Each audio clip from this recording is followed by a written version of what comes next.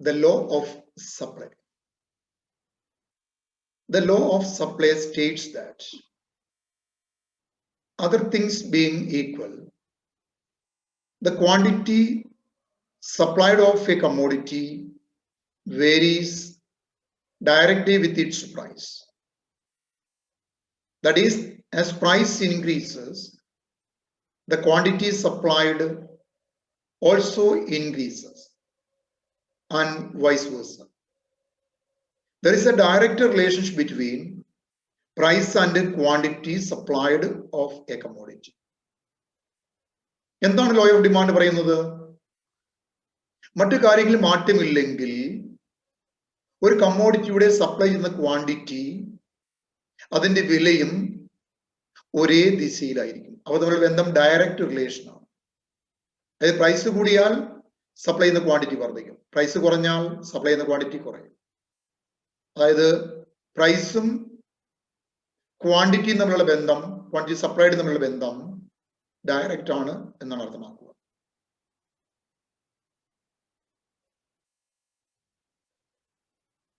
Supply function. The mathematical expression of supply of a commodity and its determinants is called a supply function. ഒരു വസ്തുവിന്റെ സപ്ലൈയും അതിന്റെ determinants തമ്മിലുള്ള ബന്ധത്തെ മാത്തമാറ്റിക്കലായി express ചെയ്യുന്നതാണ് supply function എന്ന് പറയുന്നത്. Supply of a commodity can be put as a function of price of that commodity, the prices of all other commodities, the price of factors of production, technology, the objectives of producers, and other factors. നമ്മൾ supply ഫംഗ്ഷനെ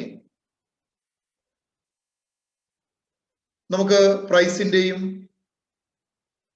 മറ്റ് വസ്തുക്കളുടെ വിലയെയും ഉൽപാദനത്തിന്റെ വിലയെയും സാങ്കേതിക വിദ്യയെയും പ്രൊഡ്യൂസേഴ്സിന്റെ ഒബ്ജക്റ്റീവ്സും മറ്റു ഘടകങ്ങളൊക്കെ ബന്ധപ്പെടുത്തിക്കൊണ്ട് നമുക്കൊരു ഫംഗ്ഷനായിട്ട് അവതരിപ്പിക്കാൻ സാധിക്കും.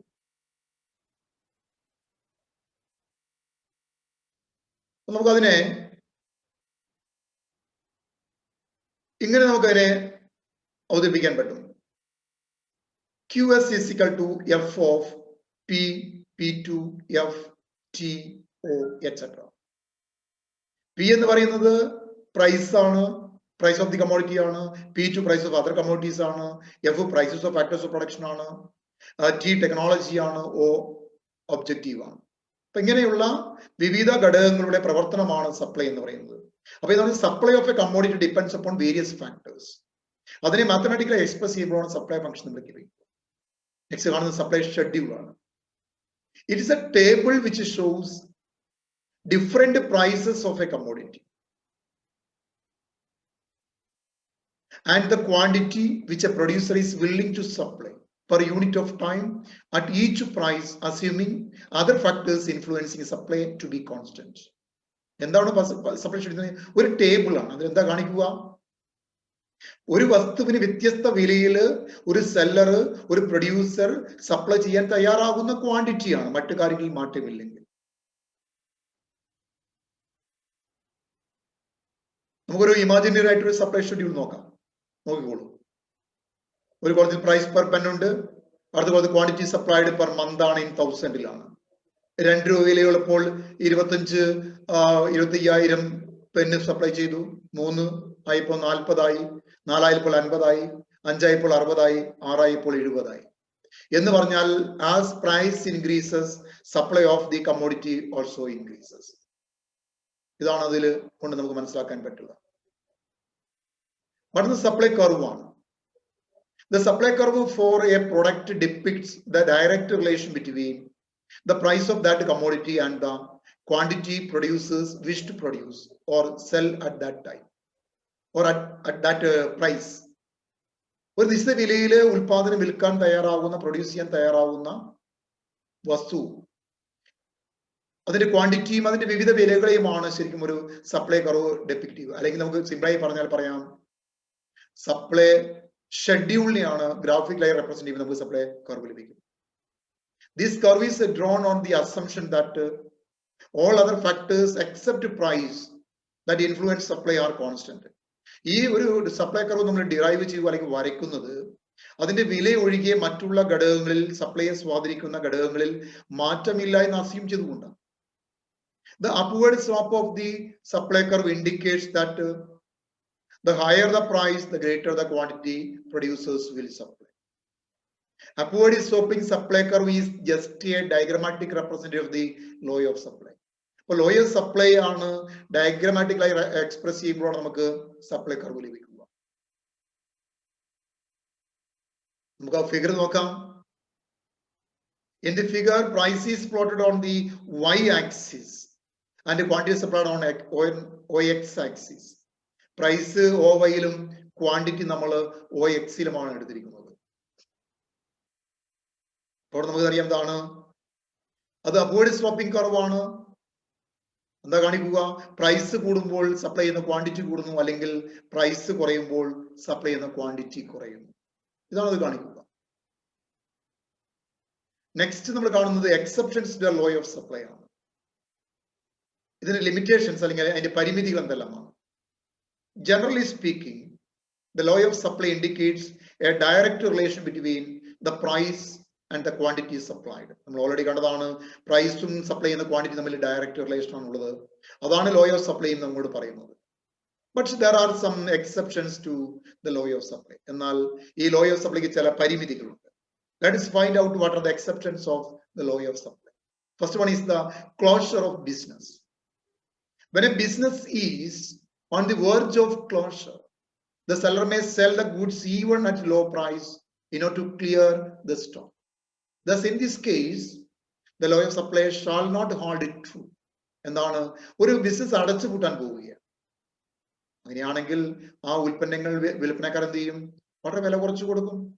അപ്പൊ അങ്ങനെ ഒരു കേസിൽ എന്താണ് ലോ ഓഫ് സപ്ലൈ പ്രായോഗികമല്ല. മറ്റൊന്ന് അഗ്രികൾച്ചർ പ്രൊഡക്ട്സ് ആണ്. We know that land is a limited resource, and thus the agriculture produce can also not be increased beyond a certain level. Hence, even if the prices increase, the supply cannot be increased. അതായത് കാർഷിക ഉൽപ്പന്നങ്ങളെ കുറിച്ച് പറയുക. നമുക്കറിയാം ഭൂമി എന്ന് പറയുന്നത് പരിമിതമാണ്. അപ്പം എന്താണ്, ഒരു പരിധിക്കപ്പുറത്ത് അത് വർദ്ധിപ്പിക്കാൻ സാധിക്കില്ല. ഒരു പരിധിക്കപ്പുറത്തേക്ക് കാർഷിക ഉൽപ്പന്നങ്ങളുടെ ഉൽപാദനം വർദ്ധിപ്പിക്കാൻ സാധിക്കില്ല. അപ്പൊ വില കൂടിയാലും കാർഷിക ഉൽപ്പന്നങ്ങളുടെ ഉൽപാദനം ഒരു പരിധിക്കപ്പുറത്തേക്ക് വർദ്ധിക്കില്ല എന്നാണ് ഇവിടെ പറയുന്നത്. ഓക്കെ, നെക്സ്റ്റ് മൊണോപ്പൊളിയാണ്. It is a situation where there is only a single seller of a commodity. Thus, he is the price maker and has control over the prices. In such a case, the law of supply may not apply, as he may not be willing to increase the supply even if the price are high. ഇനി monopoly കേസിൽ ഒരു ഉൽപ്പന്നത്തിന് supply ചെയ്യുന്ന ഒരാൾ മാത്രമേ ഉൽപ്പാദിപ്പിക്കുന്നുള്ളൂ. അയാളുടെ മുകളിലാണ് വിലയുടെ നിയന്ത്രണം അയാൾക്കുണ്ട്, അതുപോലെ എന്താണ് ഉൽപ്പന്നത്തിന്റെ സപ്ലൈയുടെ നിയന്ത്രണം അയാൾക്കുണ്ട്. അങ്ങനെയുള്ള കേസിൽ ലോ ഓഫ് സപ്ലൈ പറയും പോലെ വില കൂടിയാലും അയാൾ ഉൽപ്പന്നത്തിന് സപ്ലൈ വർദ്ധിപ്പിക്കില്ല. കാരണം കൂടുതൽ ലാഭം ഉണ്ടാക്കാൻ അയാൾ കാത്തിരിക്കുകയാണ്. നെക്സ്റ്റ് കോമ്പറ്റീഷൻ, മത്സരം. When there is a cutthroat competition in the market, the sellers may sell more quantity of goods even at low prices. മാർക്കറ്റിൽ കിടമത്സരമാണ് ഉള്ളതെങ്കിൽ ഒരുപക്ഷെ ഉൽപാദകർ, വിൽപ്പനക്കാർ കുറഞ്ഞ വിലയിൽ സാധനങ്ങൾ കൂടുതൽ വിൽക്കും. മറ്റൊന്ന് പെരിഷബിൾ ഗുഡ്സ് ആണ്, പെട്ടെന്ന് നശിച്ചു പോകുന്ന ഗുഡ്സ് ആണ്. A seller is willing to sell more goods that are perishable in nature, even at low prices, because if they remain unsold, they will yield only loss. അപ്പോൾ പെട്ടെന്ന് നശിച്ചു പോകുന്ന പച്ചക്കറി പോലുള്ള സാധനങ്ങൾ സെല്ലേഴ്സ് വില നോക്കാതെ പെട്ടെന്ന് വിറ്റുപോകും. കാരണം വിറ്റില്ലെങ്കിൽ എന്താ സംഭവിക്കുക? പിന്നെ നഷ്ടമായി. അങ്ങനെയുള്ള വസ്തുക്കളുടെ കേസിൽ ലോ ഓഫ് സപ്ലൈ പ്രായോഗികമാണ്. മറ്റൊന്ന് റെയർ ഗുഡ്സ് ആണ്. The goods that are rare, such as old paintings, coins, and stamps, which have a limited supply. The supply of these goods cannot be increased according to their demand or pricing prices. ചില വിരളമായി ലഭിക്കുന്ന ഉൽപ്പന്നങ്ങൾ, പഴയ paintings, പഴയ നാണയങ്ങൾ, പഴയ നോട്ടുകൾ, പഴയ സ്റ്റാമ്പുകൾ, കാരണം ഇതൊക്കെ ലിമിറ്റഡ് സപ്ലൈ ഉള്ളൂ. അതിന് വില കൂടിയെന്ന് വിചാരിച്ചുകൊണ്ട് ഒരിക്കലും അതിന്റെ സപ്ലൈ വർദ്ധിക്കുകയില്ല. ലോ ഓഫ് ഡിമാൻഡ് റയർ ഗുഡ്സിന്റെ കേസിലും പ്രായോഗികമാണ്. മറ്റൊന്ന് ഔട്ട് ഓഫ് ഫാഷൻ ഗുഡ്സ് ആണ്. The latest goods that are in fashion have high prices, but the out of fashion goods have low prices. The sellers may sell the out of fashion goods even at low prices. Thus, the law of supply gets neglected. ഇവിടെ എന്താണ്?